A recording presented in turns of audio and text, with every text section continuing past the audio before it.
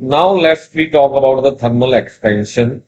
Where metal is heated, it expands. The clearance between the plunger and the short sleeve never remains constant. At the core end, at the start of the casting cycle, the sleeve is very hot and the plunger tip is comparatively cool.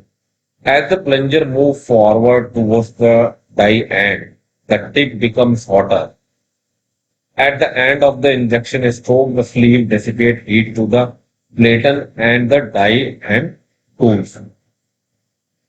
All the process, all the pattern, cooling and the heating of the short sleeve and the plunger tip, you must understand to make and maintain this whole system between the short sleeve and the plunger.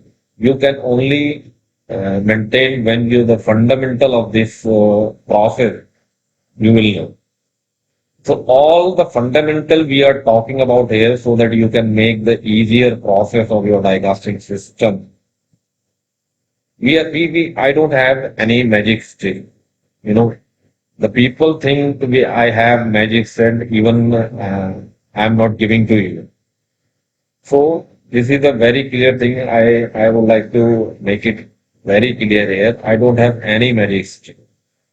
I just talk about the fundamental of the die casting process, which makes your understanding good so that you can make your die casting process easily. So here we are talking about just fundamental of the die casting, and here particularly we are talking about the short sleeve and the plunger thing. Okay, so typically a short sleeve may become 95 to 150 degrees centigrade hotter at the bottom end of the pore hole than at the top in front of the hole. If the temperature of the sleeve is much higher at the bottom than at the top, unequal expansion will cause it become oval instead of the round.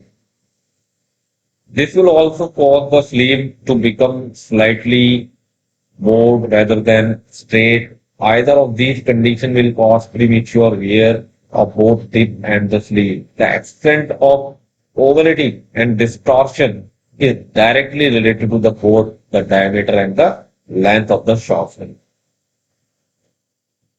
avoid too much variance, in a thermal expansion, the bottom of the shaft sleeve should be cooled so that the difference temperature, bottom to top, does not so much high, you can say not exceed 100 degrees Fahrenheit, right? Okay, so if the ID of the short sleeve is no greater than about third, okay, the potential problem is minimum and can likely be ignored. The coefficient of thermal expansion, however, is a constant.